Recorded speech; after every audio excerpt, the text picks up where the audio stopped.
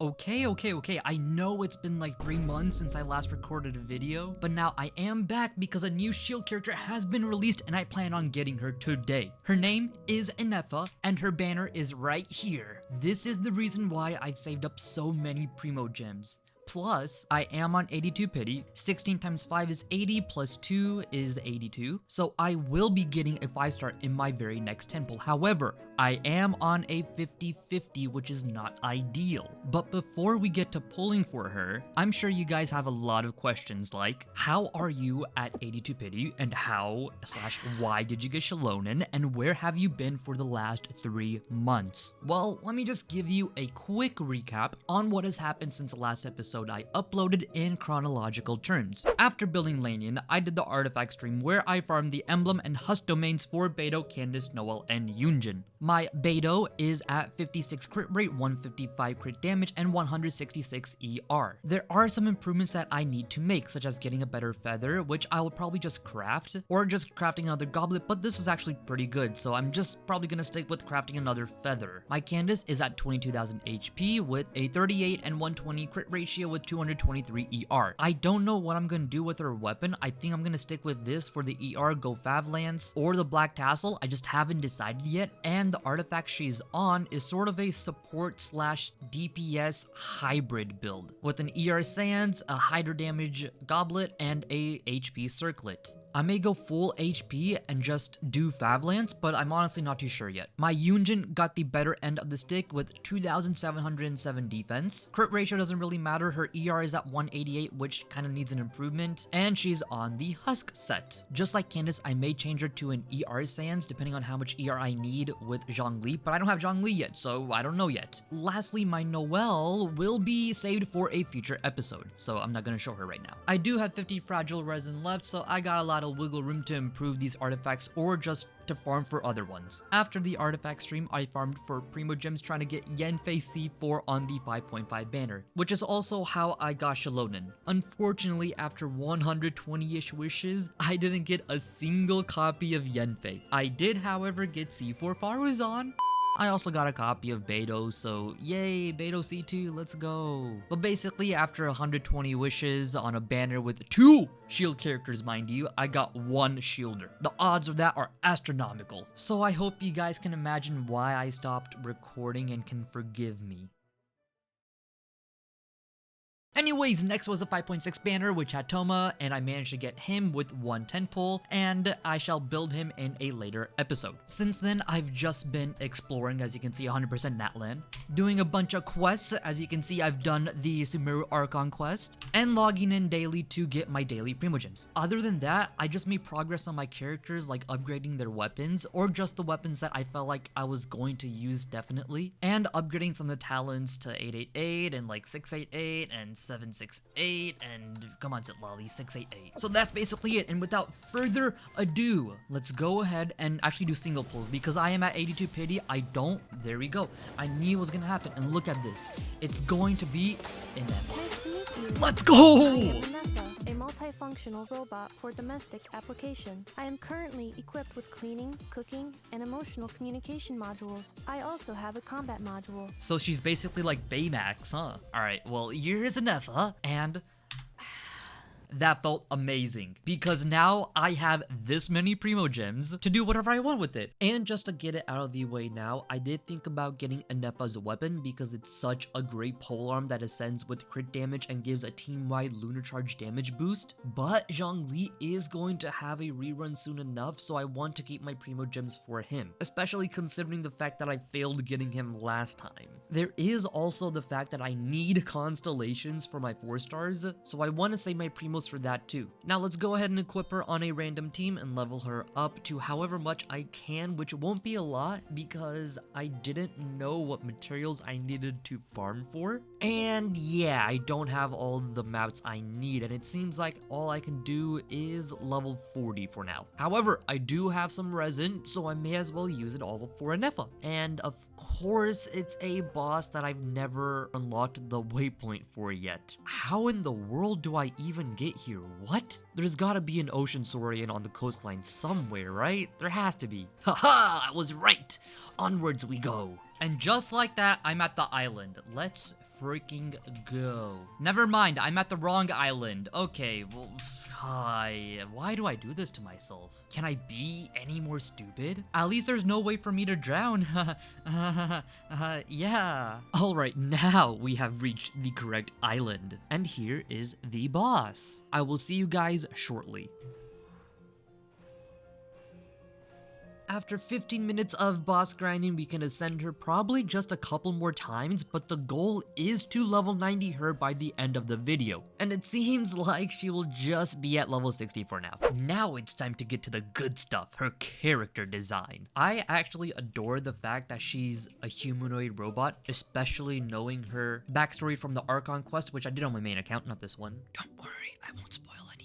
All that I will say about it is that she's an interesting character and I like her. She's pretty cool. She's probably up there with Kanich and Citlali for me. So she's up there, you know. So her normal attacks, when you normal attack, a vacuum cleaner pops. Okay, that shouldn't happen. That's not the right weapon coming out. Oh, okay, so when you charge attack, that's when her arm turns into a vacuum cleaner and uses it as a weapon. That's pretty sick. I also saw on Reddit that if there are items nearby, her idle animation actually pulls the items, so she should be doing it soon.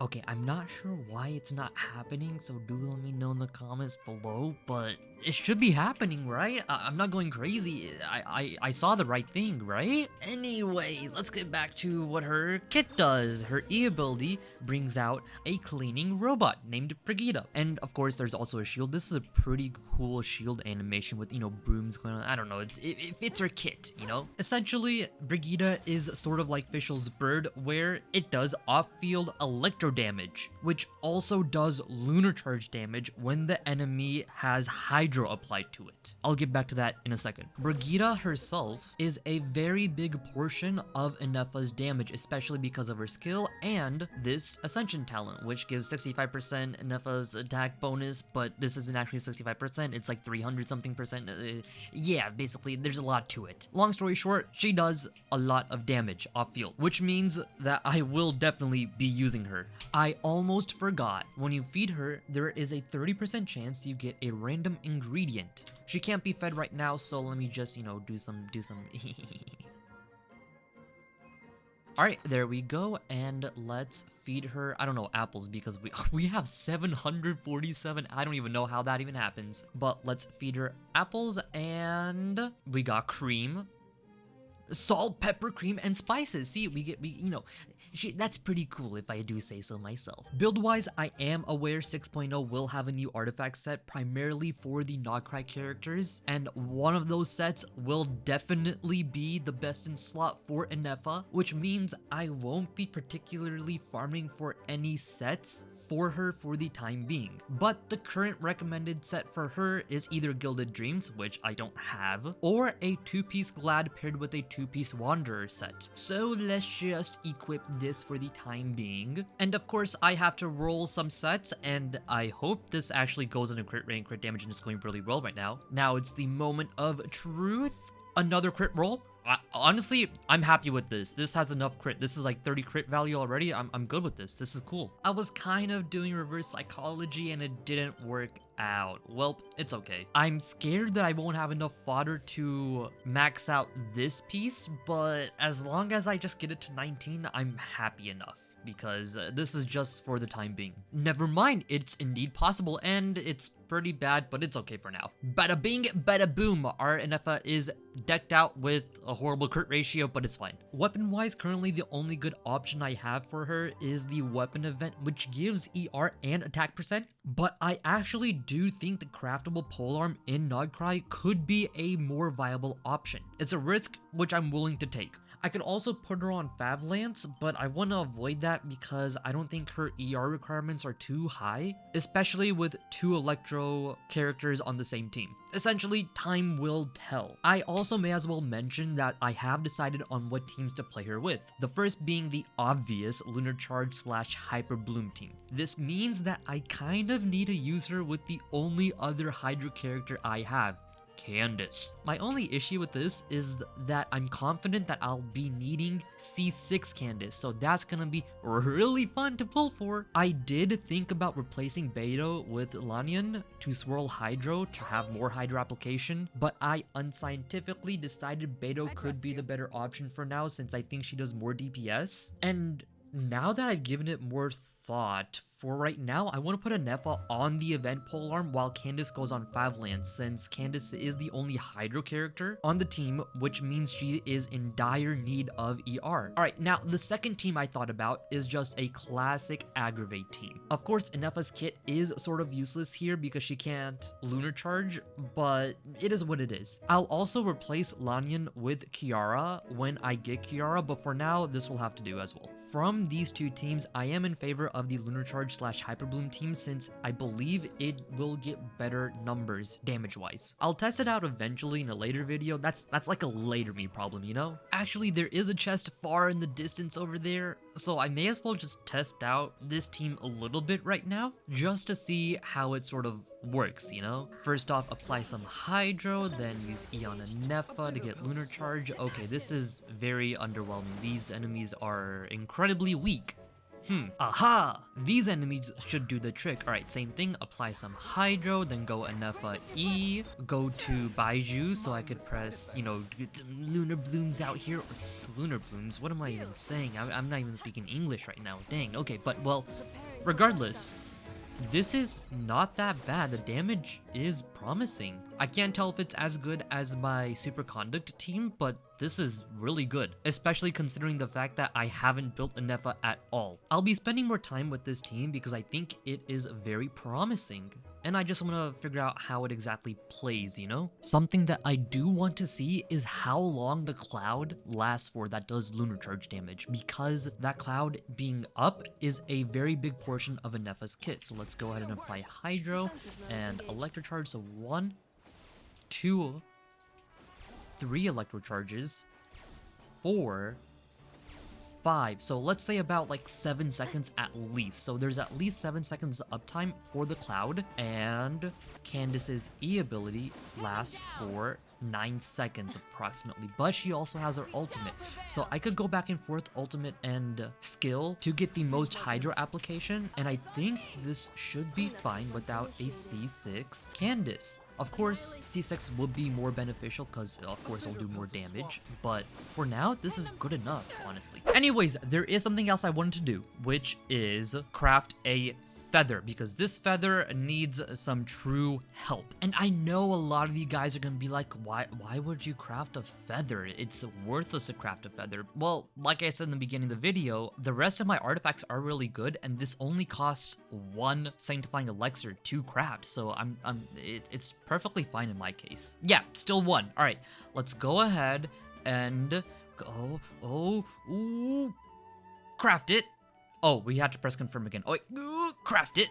There it is. It's got high crit rate roll and a bad crit damage roll and no ER and no attack. If we get attack or ER here, this is a great piece, but we just got to get it. All right, here it is, and let us go ahead and upgrade the artifact, but I can't upgrade the artifact because I don't have any. Okay, let's see if there's anything bad in these to use. I have 3 attack sands. All right, one of them can go, and the one that is going to be going is this one because it has lower crit value. So let's go ahead and enhance it and hope. Okay, that's not bad. If we get another roll into crit rate or crit damage, this could be a very, very, very, very appealing piece. And I'm out of fodder again. Can I just do that, please? Just go ahead and... Oh, okay. Not having any fodder is like a true bane of my existence, and okay, this is a very good feather. That's 31.8 crit value, which is the best feather we have so far. This makes her total crit ratio 62 and 148. Okay, it's a lot more balanced now, and I think this is just Beidou. Beidou's built now. All we gotta do is just, you know, talents. Oh, I should probably check what I need to do to upgrade Ineffa's talents. All right, so she needs conflict books, and okay, that's easy. I can can farm those. And we have a lot of these. I don't know how, we just do. So let's go ahead and start leveling her up. We gotta figure out what weekly boss she requires as well, which I can't figure out right now. I have to send her again. Okay, well, I'll do that eventually, tomorrow, basically. Something I can actually do in the meantime is to level up Beidou's talents, because it's probably a good idea to do so. So we only get one sucrose. Come on. Okay, sorry, that was a little bit rude, but we now have the ability to max out this talent, which is her ult. I don't know why I said this talent. Okay. Oh, I was about to say, if we don't have gold books, it's gonna be so bad. So with converting this, we should be able to crown our ultimate. Our first ultimate crowned. Our first talent skill crowned is Beidou's. Of course it's Beidou's. We love Beidou. Beidou's gonna do oh, I forgot it. This exists as well. We could also do this. So let's go ahead and level this up to level 9 and level it up to level 10 after I make some books. And now we could level it up to level 10. Yay, our secondary talent that's crowned. And you know what? While we're at it, why not just level this up as well? Because we can. And can we level it up again? No, we can't. We need more books. Can we level up anything else? What? I haven't ascended Citlali? What, am I crazy? Okay, well, I'm gonna have to do that as well eventually. And now I have just realized that I actually have my work cut out for me. There is a lot of stuff that I need to do. Like, how am I out of books already? That is crazy. You know what else is crazy? I just ran through like 4 million more upgrading talents. Hee hee. Oh yeah, I completely forgot. I got level 56 as well, so let's get these rewards. And with the power of editing, a few days can be skipped instantly.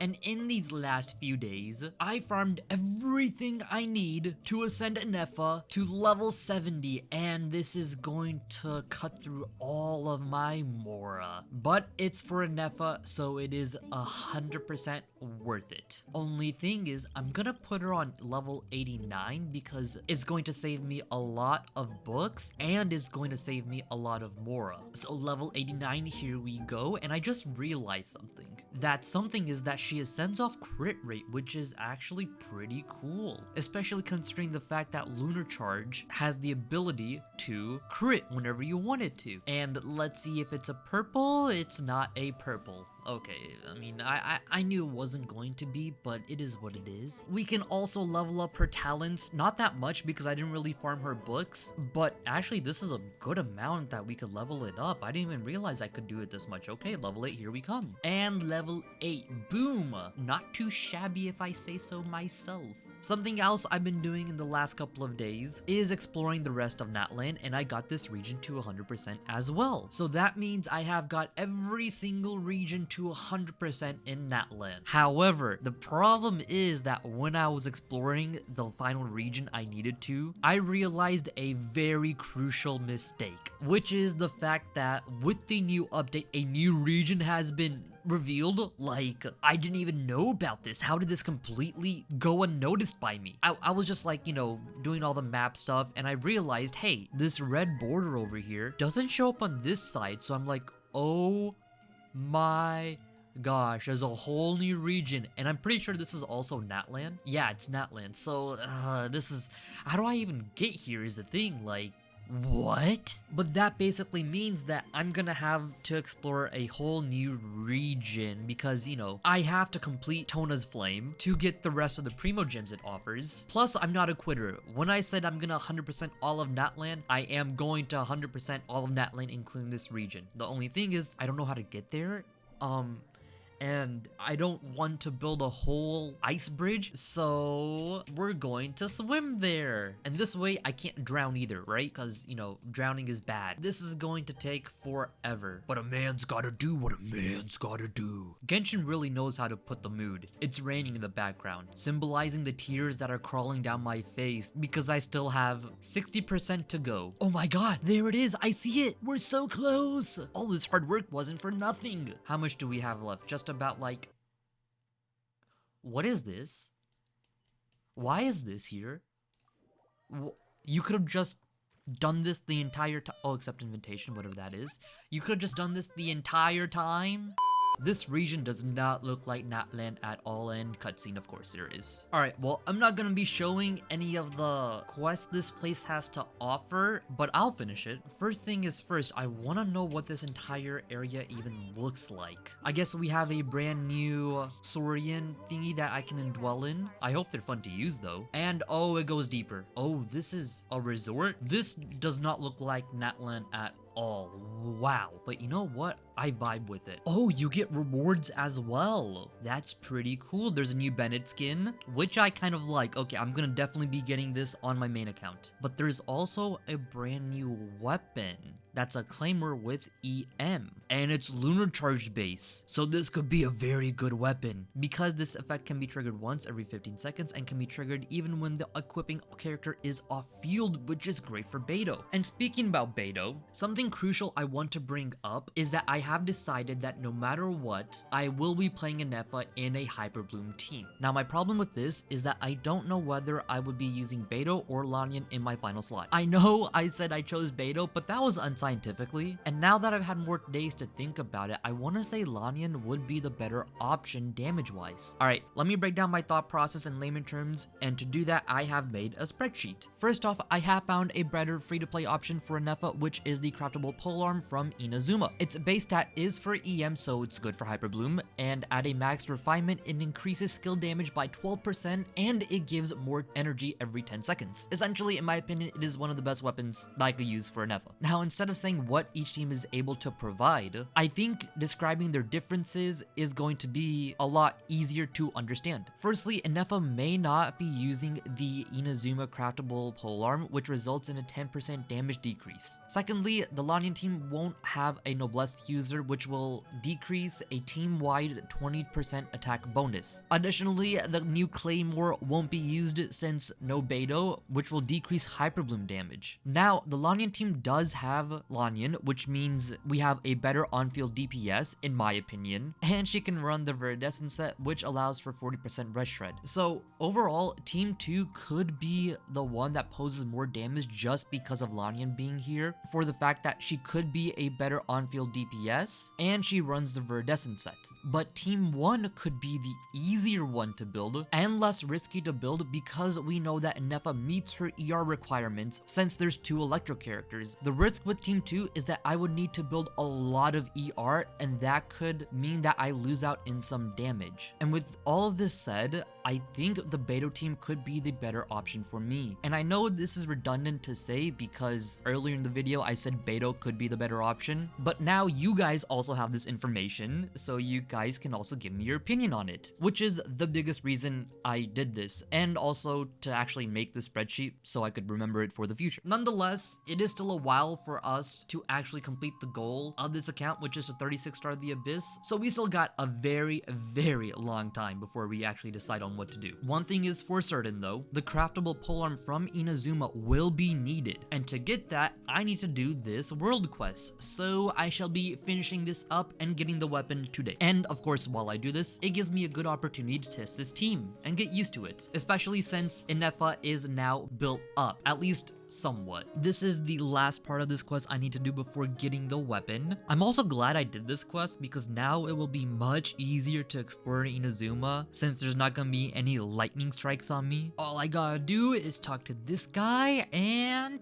boom, there's the weapon. After a solid hour, I can craft it. Well, shit. It seems like I need to go rock farming now. This is just a never-ending loop of work. Okay. Now I can craft it. But now I also just remembered that there's going to be a craftable polearm in Nogcry as well. So I hope that this weapon is still as good as the new weapon that's gonna come out. But that's fine, that's later me problem. At least now I have a good weapon for Ineffa. Let's go ahead and equip it, as well as enhance it to however much I can. And it seems like this will be the last one, but it requires these things, which Beidou also requires. Didn't I have like a lot of these when I started the Oh yeah, I forgot I used all of them to upgrade Beidou's talents. I know that's not a mistake, but it's just so much farming I have to do now. For Beidou's talents and Ineffa's weapon, it's just gonna be a hassle. Okay, so while I've been farming, I have found out that this is indeed not enough Hydra application to bloom, but I don't necessarily think that this is going to be a big problem. So what's happening is that to Lunar Charge, I have to apply Hydro first and then Electro, but then Hydro is gone off the enemy, so when I apply Dendro, bloom doesn't happen, but rather Aggravate or Quicken does. However, this is only the case when I don't use Candace's ult. When I use Candace's ult, I can normal attack with Beidou, allowing bloom to happen because of Hydro infused normal attacks. Basically, when Candace has her ult, I'll be normal attacking with Beidou and doing Hyper Bloom, but when I don't have her ult, Baizhu will be on field doing Aggravate / Quicken, or I'll just be quick swapping through the characters. I am confident that with C6 Candace, I'll be able to do more Hyper Blooms because of the AoE Hydro Pulses. So this team is good for right now, and it will be much better with constellations. Alright, that's my bad. I've just been yapping and yapping, which has allowed me to get the weapon to level 60, plus now I have enough footage to end the video. And what better place to end the video from the same spot I started the video. We have succeeded.